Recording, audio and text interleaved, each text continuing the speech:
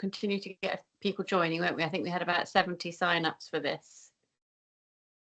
Yeah, we're quite tight to time, Harriet. So we're gonna start the session shortly, and then we've got recording of this. So if anyone does miss the start, they can catch up.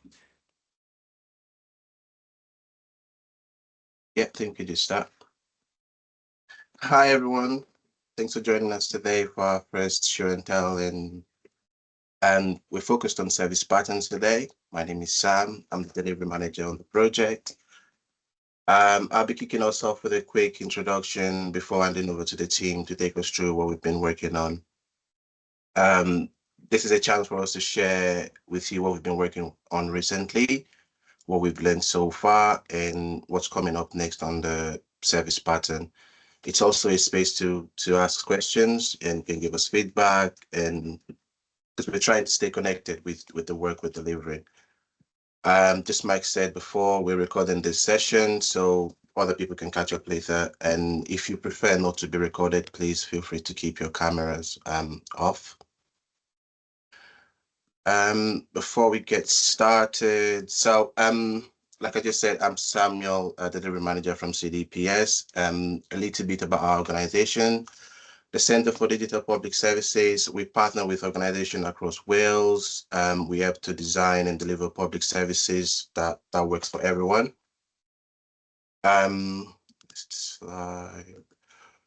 We do this through 4 key services. One is meet the digital service standard for Wales. This is where we provide guidance to help the public sector meet the digital service standard for Wales. We also do the Learn Digital Skills, where we run training for teams and leaders to grow digital capability. We also help design and improve digital public services, where we support teams in designing services that meet real user needs. And the last one, which is the connect with other digital professionals. We connect through communities of practice, leadership events, and we bring people together to collaborate and share learning and grow networks. And for those of you who are unfamiliar with the digital service standards, it's literally it set out what good public services should look like in Wales, and our organization can work towards delivering them. Before we get into the agenda, I just want to explain the term you probably hear a lot today: service pattern. What's service pattern? Service pattern is a reusable approach to common tasks in public services. So things like booking an appointment, submitting a form, providing evidence. It focuses specifically on digital touchpoints, the part of the service where users interact with online. Our goal is to help teams in Welsh Public Services design those digital moments in a consistent and kind of user-friendly way that can be reused across the different services and organizations in Wales. I'll now pass you over to my colleague Ruth, who will take us through the agenda for today. Thank you. Thanks, Sam. So, hi, my name's Ruth. I'm just going to quickly cover the contents of what the session will bring today. So, in a moment, I'll give you a bit more of an idea of who we are and who's on the team. Then as we go on, our members of the squad will be going into detail about what's been done on this service patterns project so far and how user-centered design has been used. They will also be putting forward some findings and sharing what's been learned through doing testing and research on this. And then towards the end of the session, there will be a small practical activity to do with you all, but more details on that to come a bit later. Then again, of course, there'll be an opportunity to ask some questions at the end. So this is who the squad is made up of at the moment. Some of us have only recently joined the squad, myself included in that. So again, I'm Ruth, I'm a junior user-centered design officer on the team. Obviously we have Sam, who you've just met, who is our delivery manager. Then we have Alex, who is a service designer, Promise, the user researcher. Senior designer is Adrian, and Liam, who is the senior interaction designer. We've also recently, in the last week or so, had Mel join the team as well, who is also a user researcher. So that's us. I'll now hand over to Adrian to get straight into it. Thank you, Ruth. Thank you everyone for joining us today. I'm gonna give you a bit of context of the project that we've been working on before Liam I'll hand over to Liam to give you more details. But if you can see my screen, I'm sure that you're probably familiar with what a service blueprint is, but I wanted to show you what a public service actually looks like. If you're not familiar with a service blueprint, it's a way to map out everything involved in delivering a service. It's not only what users see and interact with, it's also like backstage actions, support processes, people, systems, and policies. It can get very complex, especially when services span digital and non-digital touchpoints or multiple organizations, different languages. I'm showing you this to give you some context of our focus that is more on the side of what people or users interact and see when they interact with. This is an example of a user-facing digital service, particularly a council type discount user journey. So this would be like the different screens of a digital form that a user goes through with completing this journey, trying to apply for a discount on the council tax. So what we want to show you with this is how we are trying to simplify the experience at the front without oversimplifying the reality behind it. To help you visualize what we're talking about when we're talking about service patterns, this will be a simplification of the previous example that I gave.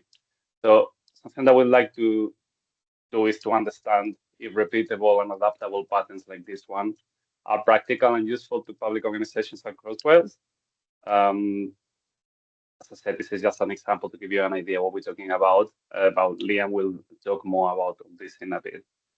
In our initial research, this is a couple of quotes that we got from research participants. One of them said that design is the hardest part to get. A lot of the teams already have IT and devs, but many don't have design or digital roles. So something that we learned is that many teams already have the tech capability, but they don't always have access to design skills or mindsets. And this is important because it's hard to shape good services without design, no matter how good the technology is. Something that we're trying to achieve with these service patterns is to bring design thinking into reach of as many people and teams as possible in Wales. Something else that another research participant told us is that there could definitely be something with value in helping people at the same place. What they mean by that is that they saw that the idea of giving people a starting point when building the data services would be it's a good idea, and it would help level the playing field for different organizations. It would help them save time and effort, while at the same time create more consistent and better experiences at pace. So something that we learned is that there's an appetite for a tool that helps people in similar situations learn from each other. And hopefully all this will make more sense as Liam talks to you about the specifics of what we've been working on. Liam? Okay, diolch. Thank you so much. So this work's come from some previous work that we've done at CDPS. So back in July 2023, we did a little bit of kind of exploratory pre-discovery kind of work, whatever you want to call it, which was trying to learn a bit more about design systems, learn a little bit more around like what makes consistent design, how you can kind of make that work across different brands, different organizations. And that's obviously a very difficult thing. And then in April, in the start of 2024, then we had a discovery, which was to kind of delve deeper into this and to learn a little bit more around people's thoughts around this, challenges, goals, frustrations around all of this kind of area. And both of those areas led into that place, as those quotes kind of alluded to a minute ago. They pointed towards the area of reusable components and things kind of aren't gonna really work across multiple brands because everybody has their own organizational style guides and components that they use in different things, and it became more around that idea of like, but what is reusable or what could be reusable across organizations, and that led to this direction of like user journeys. I don't think we were really calling it service patterns at that point, but it was around like reusable journeys. So anyway, then in September 2024, we did a design sprint, which was like a 5-day activity to really take us from something that didn't exist, as in we were all talking about it, but there wasn't like an actual thing that we could like point at, into having something that we could talk about. And then obviously since then we've been picking up this piece of work, which I'll talk a little bit more about see as we move on. So that design sprint, we, like I say, took 5 days, and the whole goal was to sort of create something to like we could all point at. It might be wrong, but at least it was a thing that was there. Like we didn't spend a lot of time doing it. We were like, this doesn't exist yet, and we need to take it into something that actually we can align a bit of a vision around, or about what it could be, not necessarily what it was, but what it could be. So we knew enough from like the discovery that we were working in the right area, but we needed to kind of get more specific to actually again have something that we could point at, rip apart, start again, but at least there was something there. So like to do that, there was you know, some really great existing work that we looked at and sort of took some inspiration from, so such as the FutureGov work they did with Essex Council. Lots of examples you can see here. Obviously we will send out the slides here so you can click on all the links and see this stuff. But what all this stuff that we pieced together was like this idea of clickable journeys, like smaller things being clicked together to make longer journeys, and like how much of that is reusable, how much of that is repeatable. So that was kind of where we built some of our thinking from. As with any kind of design system, not that this is a design system, but as in anything which is around like reusable asset. So this might be around like patterns or components or whatever it is that your particular organization uses. As with any of that stuff, templates, you know, the potential sort of benefits of that stuff is that, you know, they could save a lot of time. So you're saving time by avoiding duplication of effort, really. So, you know, if you don't have to redesign the same journey every single time, you're aligning people at the same starting point, you're saving all of that initial time of thinking about like what that best practice journey might be. And a lot of these, you know, kind of fed by tried and tested best practice journeys, I suppose. So for teams building, you know, if you were to take that down the line and think about that, could save a lot of time, a lot of energy, avoid duplication of effort. But then for the citizens using them at the end, you know, imagine this society where everybody uses the same patterns. Obviously not suggesting that's necessarily going to happen, but like imagine that everyone was using the same patterns for every single thing, how kind of consistent that might start to feel for citizens around Wales. You know, that's a down the line aspiration, but anyway, like just imagine that could be a really, really good thing. So we had kind of 3 user groups in mind. We've really been focusing on the first 2, which are and again, this is coming from like lots of previous research that we've done. There's really like 2 user groups here, because we know that there is a range of teams working in Wales, which have a range of team makeup. Sometimes it's like a fully stocked like DDAT team where you have like a service designer, a content designer, interaction designer, user researcher, etc., etc. Sometimes it's like just a service designer designing a service. Sometimes it's somebody who maybe doesn't have that job title but is doing those activities. Sometimes there's not a designer in that team, but it's like say a developer doing it.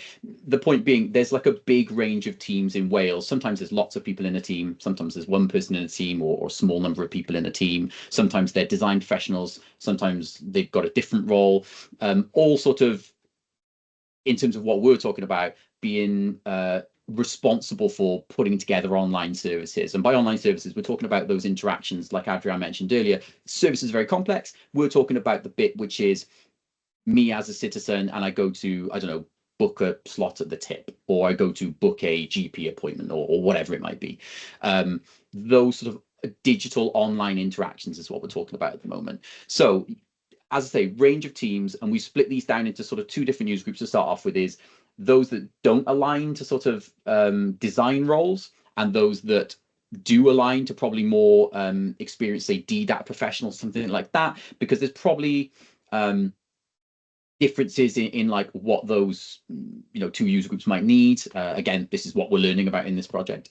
And then I guess like user group number 3, which we haven't really been focusing on at the moment, because we've mainly been focusing on like is this even possible or feasible or needed, and all of those things. So we've more been focusing on the practitioners at the moment, but I guess there's this third user group of like senior people, heads of services, team leaders, but not necessarily practitioners, but maybe those responsible for the overall service. That might also be they might be the same person, as some of our researchers as pointed towards, that they might be blended. So again, I guess the key thing to take away is like there's a big range of people.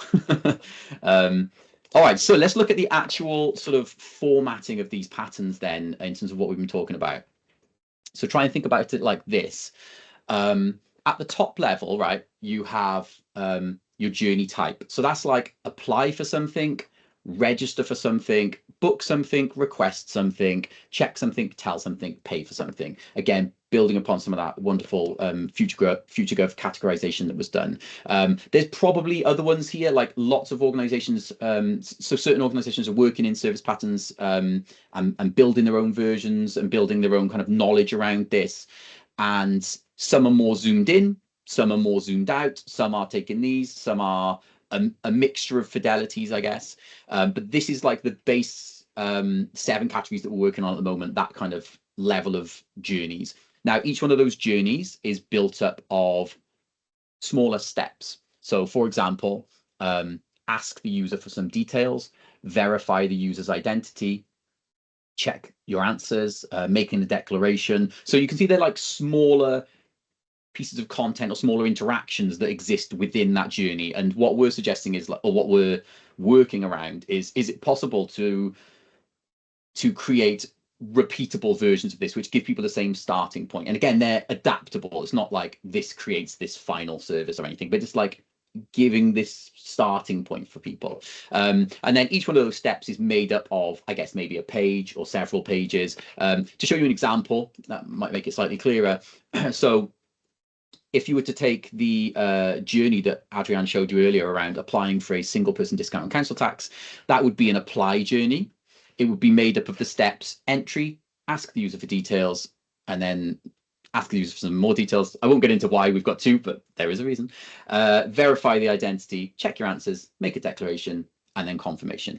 And what we're doing here is like pointing at existing content patterns, because we're not talking about content patterns at the moment or anything like that. There's loads of really fantastic content patterns that exist. So in this particular example, we could be saying the step here is verify your identity. Step 4, that's made up of this already existing content pattern, which is on the Ministry of Justice design system. Or there's this confirmation step. In that confirmation step, there's a really great content pattern for a confirmation page which exists on the gov.uk design system. So there's lots of these really wonderful content pages that already exist already. We're not reinventing the wheel on any of this stuff. There's no point. It's tried, it's tested, it's fantastic.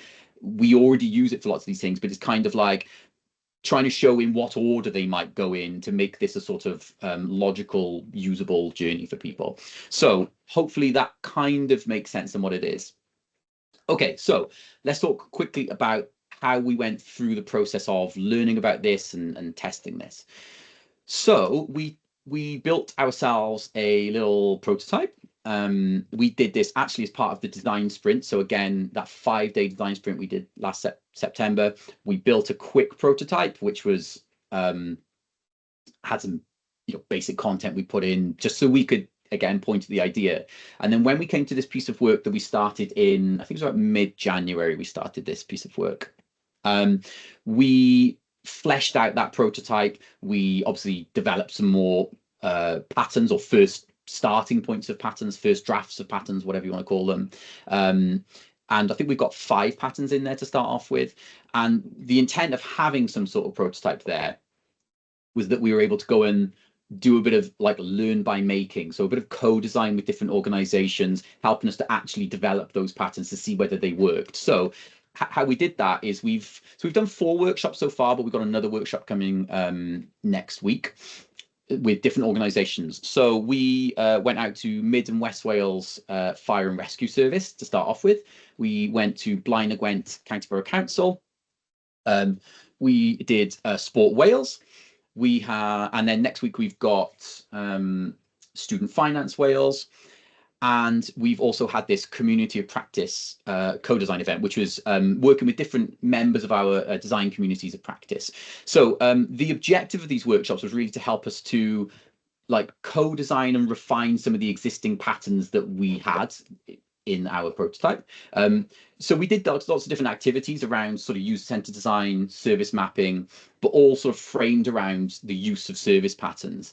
And one of the activities that we got them to do was pick one of their services, and then we just gave them the pattern library and said, see whether you can use this to help you map out the digital service. So for example, you know, people were picking, I don't know, book a car from the carpool if it was like an internal service, or book a bulky waste collection. You know, they were all teams were booking different ones, selecting different services. And then we needed to see whether they were able to use that visual pattern, just to remind you of what that looks like, this visual pattern here, were they able to use this and the guidance for each step to adapt that to their own service. And that's what we tested. It tested really, really well. People were able to map out their services, which was great. The bits that people struggled with, as in, this doesn't make sense, not sure what this means, we were able to change and iterate in the pattern library sort of guidance. But we've also, it allowed us to test the patterns themselves, as in when they were trying to adapt them into a service. It was great when they were like, oh, no, I had to swap steps 2 and 3 because I would actually ask for the user details first because of X, Y, and Z. And then when a few different teams did that, that's great because it allowed us to go, okay, well, actually, maybe then the pattern should be in that order. So we were kind of, you know, iterating the pattern based on what they were saying when they were trying to map it to one of their live services, but also we were iterating the pattern library. So it was a kind of weird inception testing within testing thing going on. There was lots of really interesting nuanced things we were learning. Anyway, lots of other stuff, but that's maybe a conversation for another time. We also went out and did some interviews with people building services. So our researcher Promise went and conducted some interviews with different people who were in charge of putting together those digital services, because we wanted to learn about, you know, the shape of, or learn a bit more about the shape of, you know, how technically feasible this is. So like, what content management systems are people using to put their online services together? What form builders are people using to put these together? What plugins are they using? So Promise went out and learned more about that, learned about some of the challenges that might be faced by some people in adopting service patterns, and also, you know, counterly some of the things that wouldn't be a challenge. And that was good because we didn't really know any of that. It was like, this might work, it might not work. So yeah, we tried to take a sort of multi-pronged approach, I guess, to testing and learning. So we also have been doing lots of knowledge sharing. So as I said, there's other organizations working on service patterns in this space. So there's organizations like DEVRA and DWP, Scottish Government, Ministry of Justice, obviously. We went and we've done a few different online knowledge sharing events with some of the team at the Scottish Government design team, and they're working obviously on service patterns for their area, and so they've kind of made progress in some areas that we haven't, and we've made some progress in areas that they hadn't. So we were able to do this really good knowledge sharing and build upon each other's work a little bit, which has been really good in like I guess springboarding our thinking in areas that we hadn't yet got to. So it kind of has been really beneficial to have done that, and again, just really exciting to see people working on like in similar areas, but I guess for slightly different applications. So it was really good.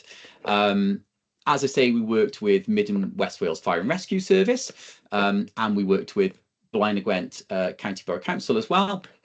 So like, for example, on this event, we had people from, I think it was waste management team, the council tax team, the housing team, service transformation team. So kind of bringing lots of different teams together into the same room to kind of explore this idea and see how feasible it might be with those different teams working on their different areas, see about the potential challenges, see about, you know, hopefully the potential excitement of stuff like this. Everybody was very excited, which is cool.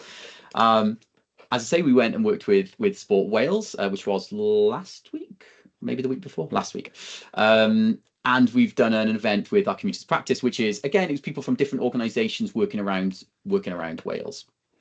And in this particular event, actually, what we did is, so we'd been mostly going out and testing the booking pattern in those previous workshops. But in this particular one, what we did is we mixed everybody up. So there was people from different organisations working together and designing first draft patterns of tell, register, check, and request. And then they swapped around and they did some basic usability testing. We got everybody in all these workshops to create paper prototypes of their services. So again, it was like seeing how you could take this basic pattern or like a zoomed out reusable thing and expand upon that to turn it into like a full sort of digital service. And they created paper prototypes. We printed out some buttons and, you know, cut them out and sellotape and stuff like that. So it was all very fun and kind of good to get hands-on with this stuff and not kind of keep everything to the screen, I suppose. So just a couple of quick quotes before I hand back over to Adrian for you. So as I said, everybody's very positive in these. Again, we learned about the challenges as well, which is exactly what you need. You need to know what is possible and what's, you know, working well and could be really good. But you also need to know the things that maybe might not work so well. So well, again, we'll talk about those things in a second, and Adrian will talk about some of the stuff we've learned. But just to give you a couple of quotes here. So when working on a transformation and service design project, I would like to make use of the service pattern library and make it a permanent part of my toolkit to save time. Another one, this piece of work will be very important to us as we progress with the full redesign of our website and how we'll structure all types of content in the future. We've certainly learned an awful lot. So, but it was really good to kind of get to the end of those workshops and to see a lot of excitement. And just quickly before I pass over to Adrian, I'm sure we'll touch upon this later, but we're still running these workshops, still looking to run more workshops. It's how we're going to learn, how we're going to build together. It's, you know, I know we're kind of skimming through some of this stuff because there's a lot to try and tell you all about. But you know, co-design and learning by making, I suppose, is, you know, participatory design is right at the heart of this entire project, right from the start all the way through this. It's been the approach that we've been taking. So very much looking to continue that. So if anybody's interested, any organizations, any teams looking to do more of these, for us to come and do those with you, either chuck us an email, pop it in the chat, whatever. Sorry, that's my plug, shameless plug, Adrian, before I hand back to you. Thank you, Liam. So just to give you a bit of a summary of what the things that we've learned, some findings that we learned is that basically basic patterns worked. People, as Liam was saying, people in the different workshops and whatnot, they were able to map real services using our draft patterns, adapting them as needed and whatnot. They did say that even people with limited design experience thought that it helped them to understand the design of the services and improve usability and whatnot. Most teams said that they could build these flows in their own systems and content management systems and whatnot, something that we were not sure at the beginning of the project. In general, most people were very positive about the idea of a shared pattern library, something that would help them bring consistency and reduce duplication of work. But only as long as we don't see it as a one-size-fits-all. These patterns are a guide and they need to be customizable and flexible. But obviously, there's also a few challenges that we identified. Some people were talking about, they were unsure about getting leadership buy-in, especially if a service is seen as already done or if the legacy tech makes changes really hard. Many organizations rely on developers or third-party suppliers for changes. So it's not all on their hands to implement these changes in the digital services. There's a need for education and help people to understand what patterns are, how to use them, and why they matter, especially if design isn't part of their day-to-day. And then, as I was saying before, that the acknowledgement that there's no one-size-fits-all.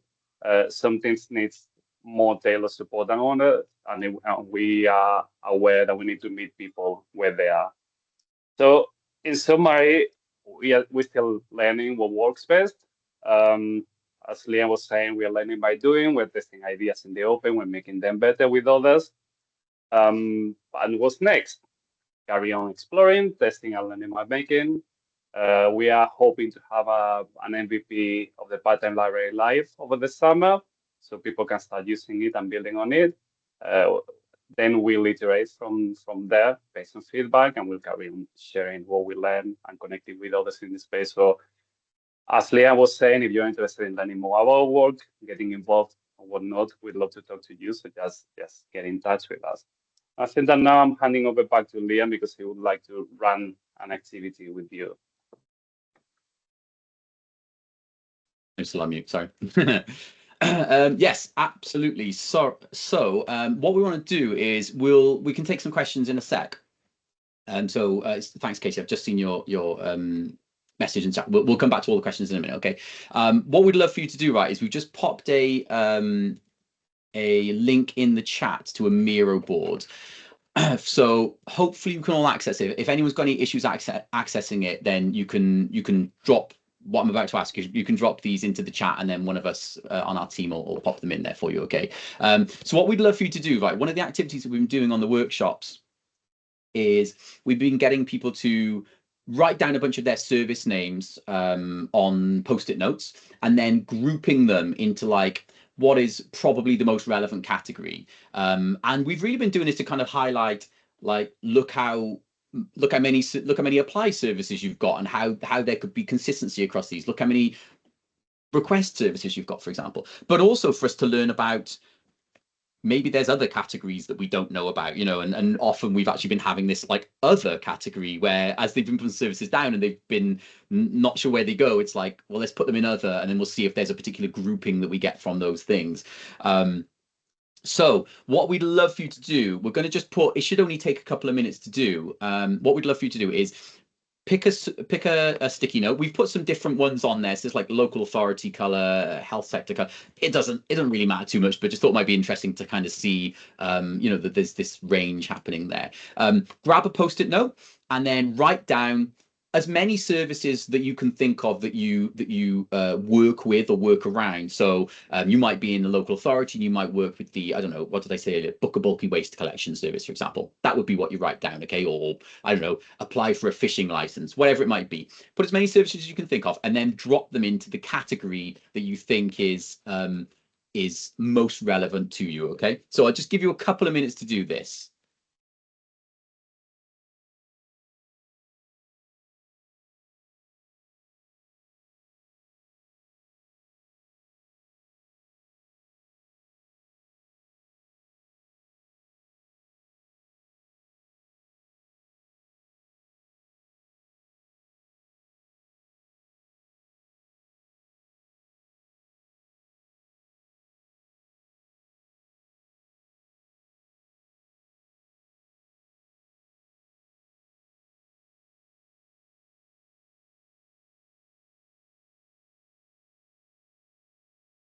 Again, if anyone can't access the Miro board, feel free to pop any services in the chat here and we'll put them over for you, okay?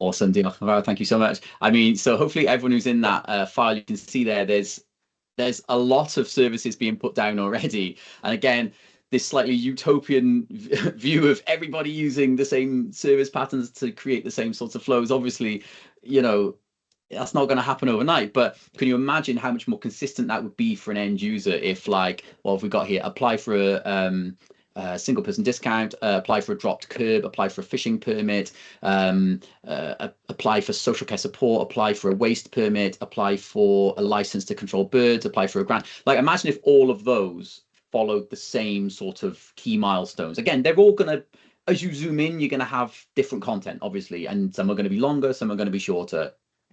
Obviously not going to be exactly the same, but if you can put the same kind of key milestones as a wrapper around those things and put them in the same sort of order, think about like that potential for reducing the cognitive load on people where it feels the same, feels recognizable, I suppose. There's still people going now. I've never seen so many people in a Miro file. This is very exciting to have 52 people in my Miro activity. Okay, amazing. So that is the end of our show and tell. We've got 13 minutes left. You can feel free to carry on carry on razzing around in the in that file if you want, and keep adding more things. I mean, and that's super useful for us to see as well, like to see the makeup of different organizations, to see, you know, see what services that there are, and what potentially the similarities might be along those, and also like which ones that there seems to be loads in, like apply, for example. It's highly likely apply won't have one pattern because it's maybe too complex to do that. We're zoomed quite far out, right? But it's quite likely that becomes two patterns that share lots of similarities, but maybe we tweak them in certain ways for different types of apply journeys. Maybe not. Again, as Adrian says, we're still learning about the right fidelity and combinations. Okay, anyway, so has anyone got any questions? I think you had Katie's one to start with, Liam, in the chat. Yes. Yeah, absolutely, Harry. Yeah, we can definitely do that. So Katie, so have you experienced any challenges regarding services utilizing AI? Not yet. That's probably a really boring answer. Sorry. Not yet, but I mean, I guess that's only going to get more. It's probably something to think about, or certainly something that if there are organizations that are utilizing AI as part of that service, there's probably something that I suppose that would be good to get a handle on sooner rather than later, because I guess that's only going to become more as AI is becoming more and more prevalent. I guess that's going to become more of a thing that we need to think about. So yeah, sorry, a bit of a boring answer because the answer is no, but we haven't yet, but I guess that's going to come up. Gareth, how do you see AI and automation intersecting with these patterns, particularly in areas like triage, decision support? Yeah, Harry, is your hand up to ask a question, or is it to answer any of these? Is this to ask a question? It's to ask a question. Oh, cool. Okay, let me answer Gareth then. Yeah, I think it's probably the same as I said with Katie's there, Gareth. I think like we've been taking this from sort of it not existing yet into something that would go in, is it even possible, I suppose, in our context, like, is it possible? So we've been starting, I guess, quite a we've been starting with a booking pattern. Of all of those patterns, like I say, apply is probably much more complex, right? Booking is one of the more simple ones, I would imagine. Is probably more consistency you can get across those. So I guess we've been starting with the more simple things. There's so many other variables that probably will almost certainly come into this, things like AI and automation or whatever it might be. So I guess we're building up to those things. We're building up to from booking. And now we're like, okay, we've tested that with sort of 12 participant groups. That seems to work. Okay, we've nudged the ship in the right direction. Now let's think about something slightly more complex, and let's get one of the other journeys which is more complex. And I guess once you get to that point, you then start going, okay, maybe we start thinking about, I don't know, is it bilingual content patterns or something like that? Or, okay, maybe we start thinking about how do we now integrate this with services which are using like RPA or something like, again, I guess it's like, each of those are additional complexities. And at the moment, what we've been trying to do is go at a base level, at a basic level, does the general concept work? Yeah, it does so far. So that's really good. Now I guess we start adding layers of complexity to that with the different the variables is the best word, really. The different challenges and the different types of services that people are going to have, which are probably more complex than the ones that we've been doing. Hopefully that answers. Can I comment on that, Liam, as well? Yeah, sorry. Sure. Yeah, I see these patterns working directly with AI automation from the get-go. I think we need to disconnect that user experience from the technology that's used behind the scenes. So, you know, the journey for a user applying for a service should be the same, whether it's AI is being used in the back end to make that decision of whether the application is successful or not, or, you know, the automation steps that like pass it out through different departments. So I think, you know, taking that black box approach of like, well, you know, the user is supplying the information in a way that works for them, the technology in the background does stuff, and then that decision or whatever the next sort of steps in that service is popping out from that black box into the user's, you know, perception of their interaction with the service. So I think, you know, it's definitely, the patterns are there to be used with any sort of technology, you know, data analysis, AI, whatever that might be. So that's where I see that intersection. Can I jump in as well, Liam, 1 second? Yeah. So just wanted to say that even though we might not have answers to all these questions, something that's great about the work that we've been doing, or the approach to this work, where we go to places and meet teams across Wales and organizations and whatnot, is that they're coming to us with this sort of questions, not specifically about the AI, but things that we might have not been considering before, and they're sort of forcing our thinking and forcing us to go away and consider these questions. So even if we cannot answer everything, it's great that you ask these questions openly as well. So thank you. Thank you. Harriet. Thanks, Liam. Yeah, the mirror board is fascinating, just to look at the variety, but also, you know, there's some similarities across it. But yeah, I'm really not surprised that people are thinking about AI in looking at this, because in some ways it's a little bit, you know, because if you're sitting there thinking, how do I make a good service? How do I design a good service? Where do I start? I know there are probably good ways of doing this and bad ways of doing this. And we're trying to answer that question. It's kind of, you know, here's a great way of doing what you want to do. Other people have tried it this way and it's worked well. And there's that other element to it, which is, if you are a user, then you'd much rather sit down and start an application that feels familiar than sitting down and starting an application and, you know, it's the Wild West, because they're all different. So consistency is really valuable for the user as well. But I can see that you might, you know, tap in an AI tool. How do I design a good service? But that will come up with a myriad of answers, and some of them might be useful. And I think, you know, I think it's really interesting to think about the interaction between AI and this kind of tool. But I also think that part of the value of what we're trying to do is create that consistency, that almost like, you know, if you're applying for a service in Wales, it won't feel like the Wild West. It will feel like a process that you can become familiar with and trust, and, you know, will drive you crazy. But I was just going to ask if we were going to try and summarize why would a service team value this work? If you were going to try and answer that in one line, what might that be? One word, time. There we go. Save 2 words. Save time. Yeah, I guess it's whole like line, not just one word. You can have a whole line. Oh, thanks. Yeah, I think it's what we said earlier. You know, the possibilities of things like reusable tools at whatever level they might be, whether you're talking about like fully fledged design systems at the one end, which have got, you know, every single bit of it, or whether you're talking about something which has one part, which, you know, we're talking about here service patterns, but you could be talking about another thing which is content patterns or components or whatever. We're talking about service patterns.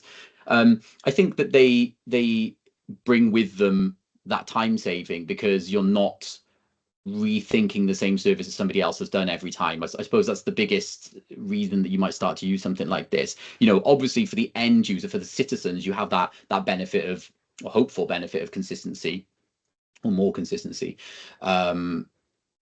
But for those teams, it's like, okay, I haven't got to think about what the flow of this digital service is right now, because I've got this sort of one that other people have been using, I suppose is the best way of saying it. Other people have been using this. I'm going to use this to start with. That's going to save me some time. And then I can, you know, invest more time wherever else I need to invest that time.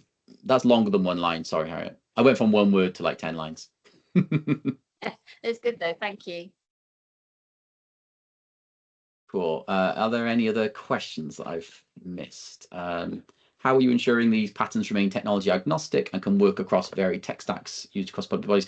So I guess it's like we say, we're trying to do that through these things are like those visual patterns you saw, and then some guidance. So we're not like necessarily saying, here's a Figma file that you need to use, or here's like a particular plugin that you know, or we've built this out of code and you've got to go and use it in code, because you might not have a system which supports that. For example, you might be somebody who is in your content management system and you click new page to add your new page, and then new page to add another page. That's having the code isn't necessarily gonna, I guess, help for that.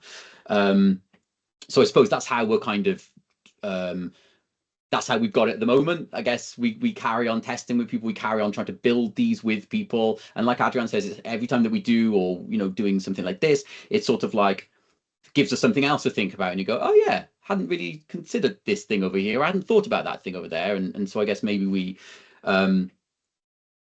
yeah, it's continue with the learn by making approach, I suppose, is the best way of saying with it. Continue with the participatory design, co-design. That's what we're trying to do. Okay, so do you follow accessibility regs for each pattern to meet the needs of neurodiverse users? Yeah, so I think in terms of what we're talking about,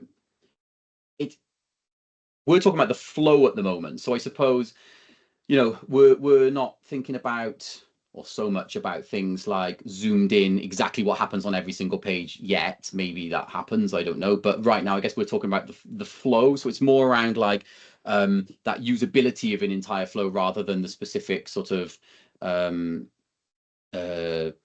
what's going on every single page, and you know, like the accessible content and things like that. Obviously, we're pointing at accessible like content patterns, again, research, tried and tested, I suppose, best way of saying it, accessible content patterns that exist. So I suppose that's hopefully our way of making sure that what we're doing is accessible for people. And the other thing to say about that as well is, in our next phase of work, what we're looking to do is we're going to build some prototypes of like public services using these patterns. So we're going to build some in whatever, Figma or something, some prototyping software, and then we're going to go and test those with citizens. So we can test whether those services themselves that have been built using the patterns, whether they are meeting people's needs, whether they are, you know, usable for people, whether they're accessible for people. So that is literally in our next piece of work that we're doing. So yeah, hopefully we're kind of making sure we're testing with lots of different people. Liam, what is the vision for where, I'll take this as the last question because we're nearly out of time, sorry. What is the vision for where the patterns will live for people to access, use, contribute? Again, that's what we're doing right now, is thinking about the kind of governance that sits around this sort of stuff, like, you know, what are the feedback loops? What do they look like? How do people contribute? How, like, at what point do we carry on doing this, but then move over to this? So yeah, that's all the stuff that we're figuring out right now. Sorry, another bit of a boring answer for you there, Liam. Sorry, but that's the bit we're doing right now, I suppose, is the best way of saying it. It's like round one was, does this even work? Round two is, okay, yeah, I think that works. This is where we are now. I think that works. Let's carry on doing more testing, build out maybe a couple more patterns, but then let's think about how people continue to contribute to it and make it a nice sort of cyclical kind of thing that exists. Okie dokie. I think we're out of time, and that's bang on 11:50. So there's you've seen this thing on screen. There's a Mentimeter there for you. We'd love to hear your feedback about today's session. We'd love to hear your feedback about the work we've been doing. Again, it's super early. We're still exploring. We're still figuring out what works, what doesn't work. Any feedback, any thoughts on it would be amazing. If you want to work with us, yes, let us know. We'll come do some workshops. We'll have lots of fun with some paper prototypes. There's my email address and Adrian's email address. Thank you so much, everyone. Thank you, everyone. Diolch yn fawr. Thanks all. Thanks, bye. Thank you, everyone.